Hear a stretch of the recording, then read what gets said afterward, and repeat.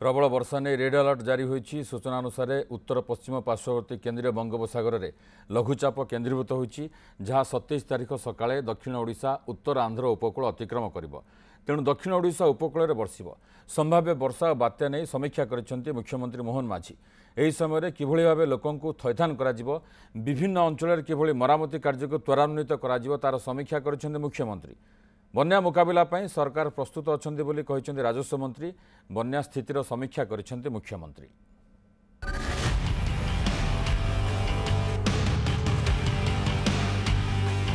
प्रबल वर्षा नहीं ओडिशा को रेड अलर्ट। प्रस्तुति जोर दक्षिण ओडिशा गले 3 मंत्री।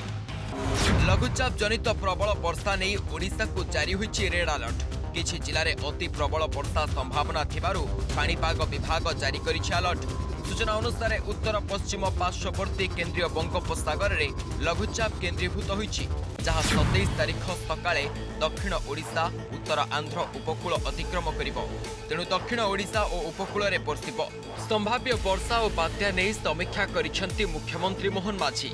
एही समय रे किभଳି भाबे लोकंकु थैथान कराजिबो, विच्छिन्न अंचल रे किभଳି मरामती कार्य को त्वरान्वित कराजिबो एवं एंटी वेनम टार्पोलिन गच्छित नहीं समीक्षा करिसेंति मुख्यमंत्री। संभाव्य बन्या मुकाबला पई विपर्यय परिचालना विभाग प्रस्तुत। 3 जन मंत्री और अतिरिक्त एसआरसी दक्षिण ओडिशा रे पहुंची सारिछंती। पर्याप्त ration, tarpaulin, ODRAF team, NDRF team, अग्निशम विभाग मध्य पहुंची गलेनी। खनि मंत्री विभूति जेना गोपालपुर रे पहुंची। मत्स्य और पशु संपद मंत्री छत्रपुर रे कैंप करिवे। नित्यानंद गंड मध्य गंजाम जाइछंती। लोके बिल्कुल भयभीत हुअंतु नहीं। बन्या मुकाबला पई सरकार प्रस्तुत अछंती बोली कहिसंती राजस्व मंत्री। एही लघुचाप जनित वर्षार मुकाबला करिबा पई व्यापक भाव में प्रस्तुति मध्य करा जायछि। साइक्लोन प्रभावित जो समय अच्छी से अवधि पर्यंत छुट्टी समस्तंकर बातिल करा जायछि एवं आवश्यक सुखिला खाद्य सामग्री ये कथा को मध्य विभिन्न स्तर रखा जायछि। पुलिस अलर्टमेंट करा जिवार व्यवस्था होछि। फायर तरफ मध्य जो ओड्राफ टीम एवं एनडीआरएफ टीम जो माने अछंती समान को विभिन्न स्थान रे स्थानित करा जायछि। जे एडिशनल एसआरसी अछंती तांको सेठी को पठै दिछु हमें। से 3 दिन हला छत्रपुर रे कंट्रोल रूम कर बइछंती।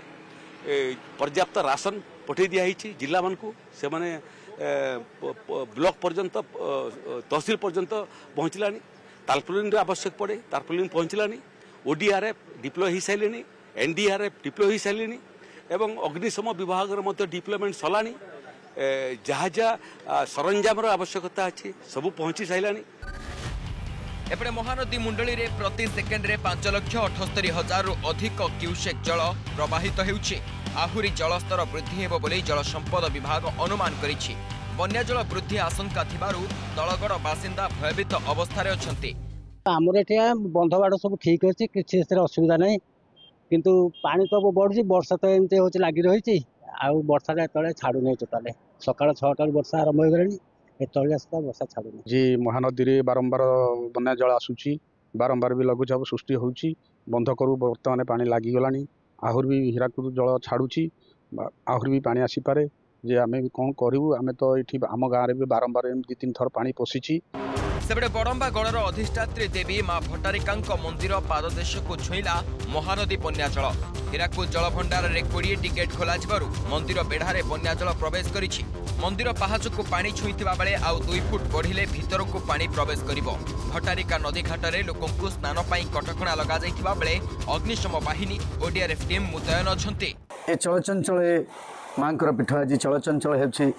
समस्त प्रशासन भी उपस्थित अच्छा। आम तहसिल स्टाफ भी अच्छा, सेवासी मैंने उपस्थित अच्छा। जेहेतु पानी पाखे माँ मंदिर पाखे अच्छी से भय समस्ते सजग अच्छा। आम पुलिस स्टाफ भी अच्छा। सेपरी भारी वर्षा संभावना को दृष्टि रे रखी मालकानगिरी जिलार समस्त सरकारी और बेसरकारी स्कूल को छुट्टी घोषणा करिसेंति जिलापाल। तेबे शिक्षक शिक्षयित्री को विद्यालय रे उपस्थित रहिबाकू निर्देश दिया जाइछि। जिलार समस्त सरकारी अधिकारी को मध्य कार्यालय रे रहिबाकू कहा जाइछि। Bureau report news 7।